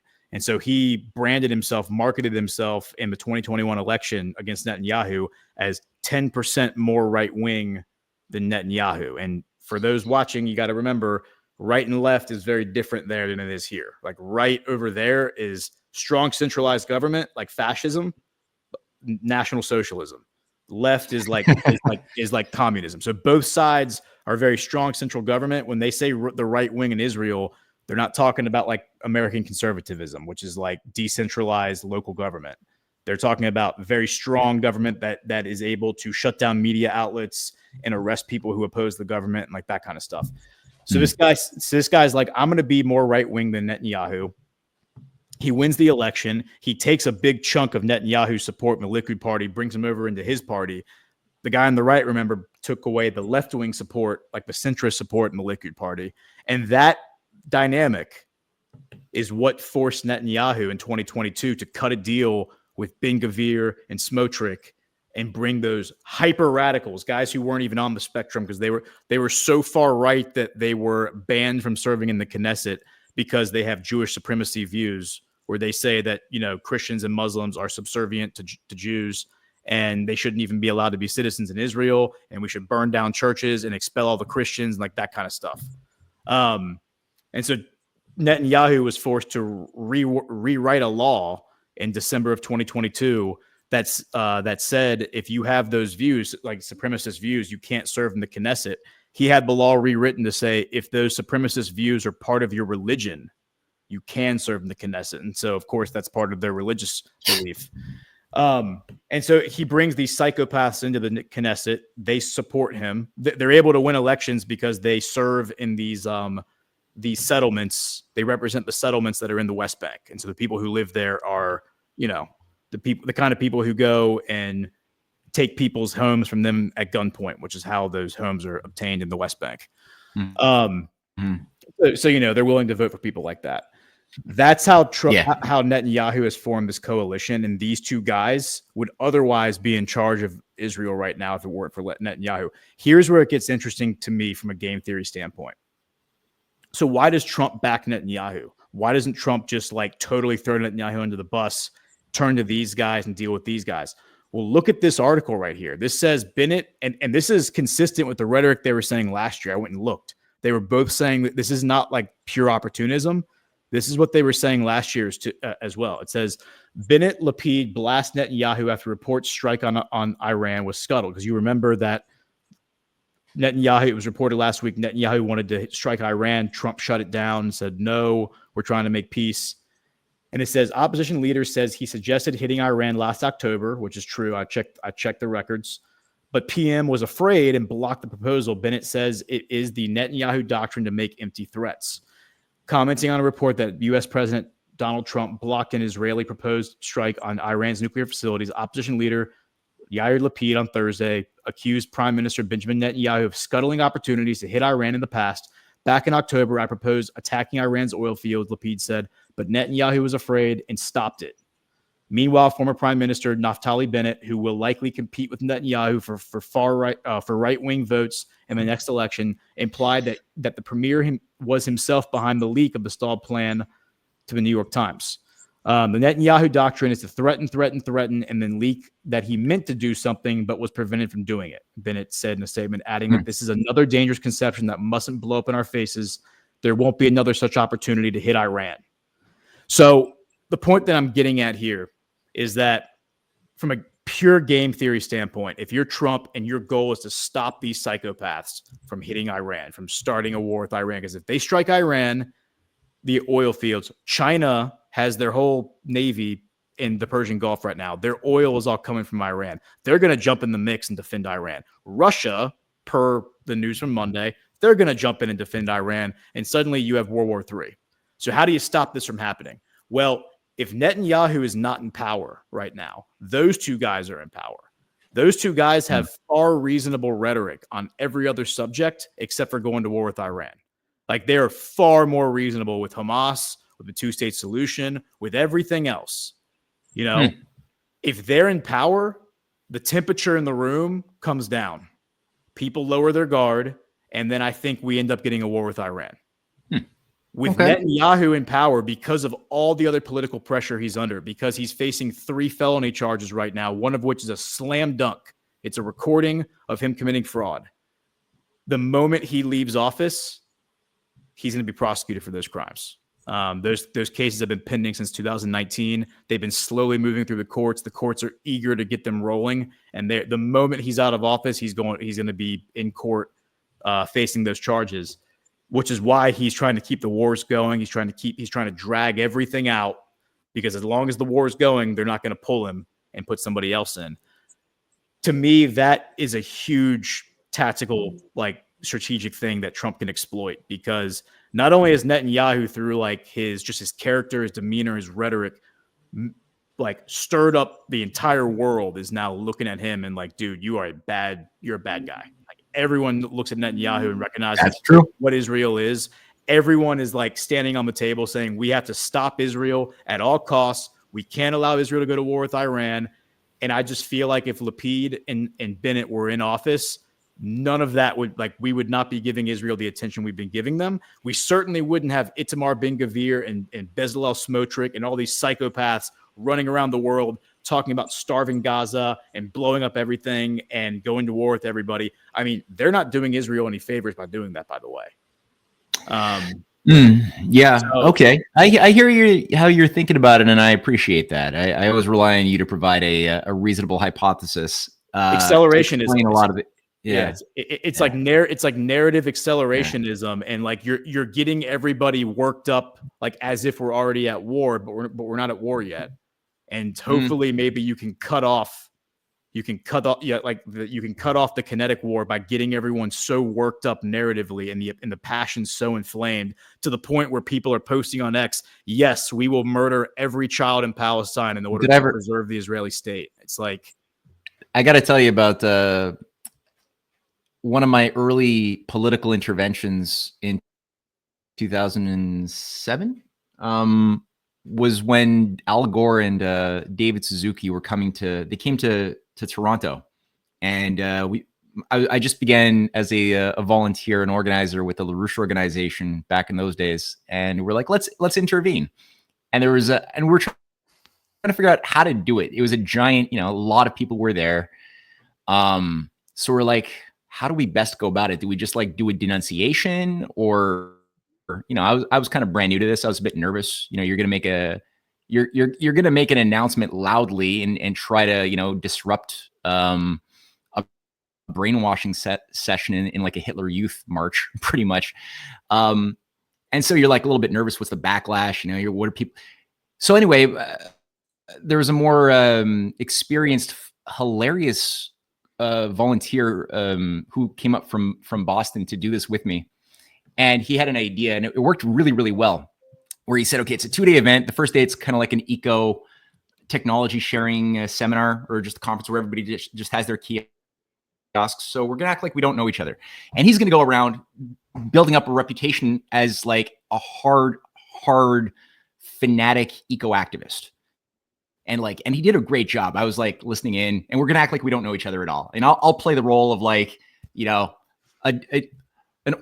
a typical activist denouncing eco-genocide. You know, I'll just play that role. But the first day we're going around and he's like writing on a petition at one kiosk, you know, and he's like, "Oh, what's this?" As he's writing his name on the petition to like decarbonize, like, "What's this thing made out of?" And they're like, "Oh, it's a pencil. It's made of wood." And he's like, "Ah!" And he starts screaming. He throws the pencil away, and you know, at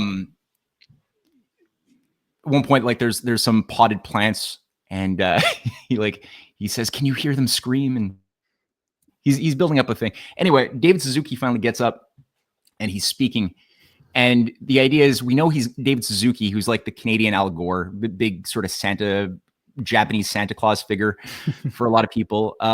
We know he's going to say something genocidal at some point, comparing human beings to a virus. That's what he always does. And at that point, whenever he does it, I will begin a denunciation and call him out for pushing for eco-genocide in Africa and other things. And then my friend will start denouncing me loudly, like really loudly and in an over the top way. And as sure enough, the moment happens, we're Suzuki saying, if you want to understand population growth, you have to study bacteria cells in a petri dish. And this is like how to understand human population, right? We're 2 seconds away from overrunning the petri dish of Gaia. And so I lunge in, and I'm making quite a bit of noise, but people are telling me to shut up. And then my friend gets up, and he's like in the front of the audience now. He's right at the front of the stage, and he starts yelling as loud as he can, demanding that I be murdered, that I be turned into fertilizer. And at first people are like saying, like, because he's like, "You shut up," and people are like, "Yeah," and they let him become like sort of the voice of the people, telling me to shut up as an ignorant Christian freak, and everyone's cheering him on, and he just amplifies, and they're like, "Murder him, turn him into fertilizer." And the more he amplifies it, the more people get really uncomfortable. Yeah. And then all of a sudden nobody's cheering for him anymore, and it's just like me and him yelling back and forth, where it gives me a chance to just explain how this policy is genocidal. So it does this accelerate the narrative theory. It does practically work quite well. That's awesome. That's a great story. People did get a little, to add to that, the next day when Al Gore was supposed to speak, we screwed up a little bit because we got scalp tickets, because it was like $500 a ticket. It was crazy. And the idea was, okay, we changed our scenario a little bit too much, and we didn't realize that we had security paying attention to who we were. So we were like sitting next to each other this time. And the idea was, before Al Gore is going to get on stage, I was going to run up and grab the mic and call out what Al Gore was. And right as I began doing that, then my friend was going to come and like lunge into me and start punching me and beating me on the stage. But like fake punching, right? And it was a great plan. It would have been fantastic optics. But then like as soon as Al Gore is being called out, we were like all geared up and emotionally ready to do it.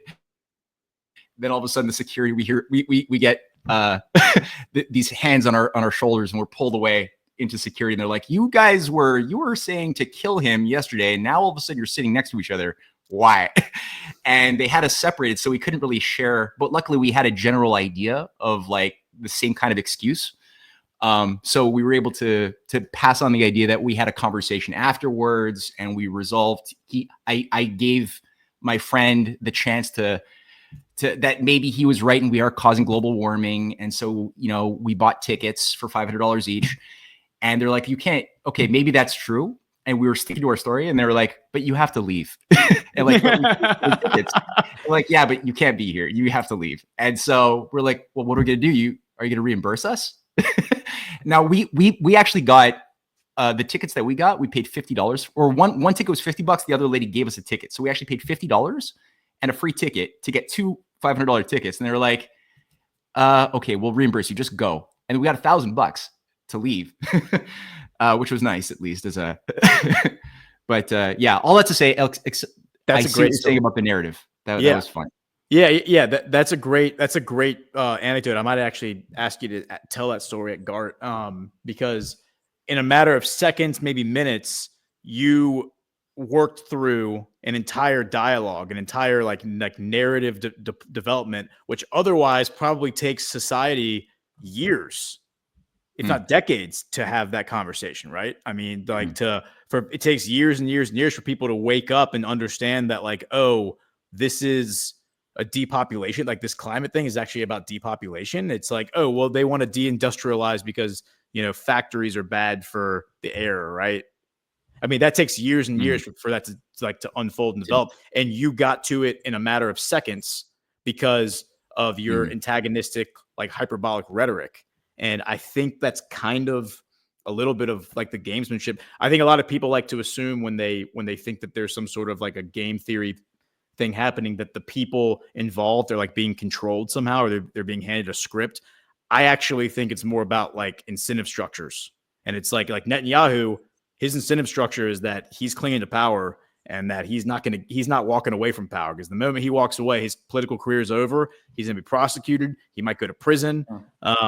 So no matter what, as the walls close on him, he's going to get more and more and more extreme in what he's doing right now. He's going to revamp the judiciary. He's going to accuse the Shin Bet director of being a traitor. He's going to, he's doing things that are bringing so much attention to him in Israel that everybody sees the war with Iran coming from a mile away now. It's not going to be a surprise to anybody when they try to strike Iran. And I think the stage is set for two very, very charismatic and strong leaders in Donald Trump and Vladimir Putin to come together in Riyadh, hug it out, make friends, and then turn and deal with not only Netanyahu but the diaspora, because I think this is a much bigger network than just Netanyahu and Tel Aviv. Well, that would certainly be an amazing flank, and I think as well. May 9th, we do have Victory Day in Russia. We know Modi, Xi, many other world leaders are going to be with Putin in Russia. It would be amazing if some U.S. representation could be there too. Who knows? But these are incredibly important potential flanks that would be game changers. So I look forward to that. Now, I neglected to read 2 ads for today, and I know we were running out at the end of our schedule. We have a show as well, or I think that there's an announcement, I guess a promo program with many people who will be speaking at the GART event in Massachusetts at 2:00. So that's something people should have on their radar who are watching now. But yeah, let me just read through these last 2 ads. The first being Goldco. So let's just do that. All right, Goldco. Shoot, I lost it. Damn it. Okay, are you ready? Darn it. The whole window collapsed. Are you ready for the golden age? With headlines buzzing about Fort Knox, it's time to shine a light on gold. We've seen questions like, is there really gold in Fort Knox? Is the government secretly moving it? But the real question is, are we going back to the gold standard? In a world where economic stability is uncertain, gold remains a timeless asset. Fort Knox, the fortress of America's gold reserves, is under scrutiny, and this might be the moment gold proves its worth once again. Don't miss out on helping secure your future. Gold isn't just an investment, it can help safeguard against inflation, currency devaluation, and economic turmoil. Whether it's for your retirement, as a family heirloom, or just to have peace of mind, this is a perfect time to buy gold. Only time will tell if we are going back to the gold standard. Help secure your wealth now. Visit badlandsgold.com to help learn how you can add gold to your portfolio. That's badlandsgold.com. So that's the first one. I read that actually too fast. I caught up. That was impressive. That was impressive that you got like a 15-second lag and then you still beat the video. Yeah, I feel pretty proud of myself. I hope people could understand what I was saying. Hell of a sprint. Yeah, thank you. Whew. All right, let's do Pet Club. Pet Club is coming now. Nope, that didn't work. Pet Club. We are Pet Club. Okay.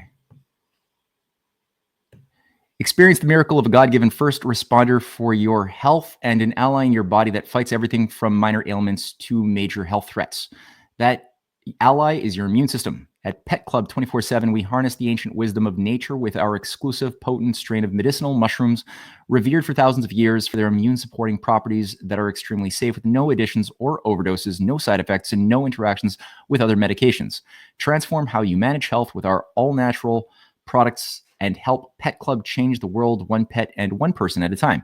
Visit badlandsmedia.tv/Pet Club now to explore how we're redefining wellness for both pets and people. That's badlandsmedia.tv/Pet Club, treating pets and their parents better. All right. So Sweet. yeah, do we have a couple of minutes of any comments or final thoughts? Yeah, we do have a rant. And I think it's Alisi, Alisi. Hope I pronounced that right. $10. Love your show. So much great information. Thank you, and God bless you both. Well, thank you, Alisi. We appreciate your support. Thank you. Yeah. If everyone could please hit the thumbs up before you get out of here, and share the episode with your friends. So at 2:00 in about 8 minutes, we're gonna do a live stream for ticket holders for GART. So if you have purchased a virtual ticket or a regular ticket, you should be getting an email. You should have already gotten it from for Badlands to access that Rumble video. Also, if you're having issues with Rumble videos in general, we reached out to Rumble to ask why that's happening, and they did say that there's an issue with the iOS app, with like the iPhone app, that they are working on, and they're hoping to have a new update in the next couple of days that will fix it. So if you are having issues, it's because it's the iPhone app. Maybe try watching on a different platform than iPhone. But yeah. Okay, cool. Yep. Well, in that case, I will see you and hopefully many people who are watching right now in a few minutes on the live stream. So thank you, Gordon. Thank you, everybody, for tuning in this week. Till next week. See you, Matt.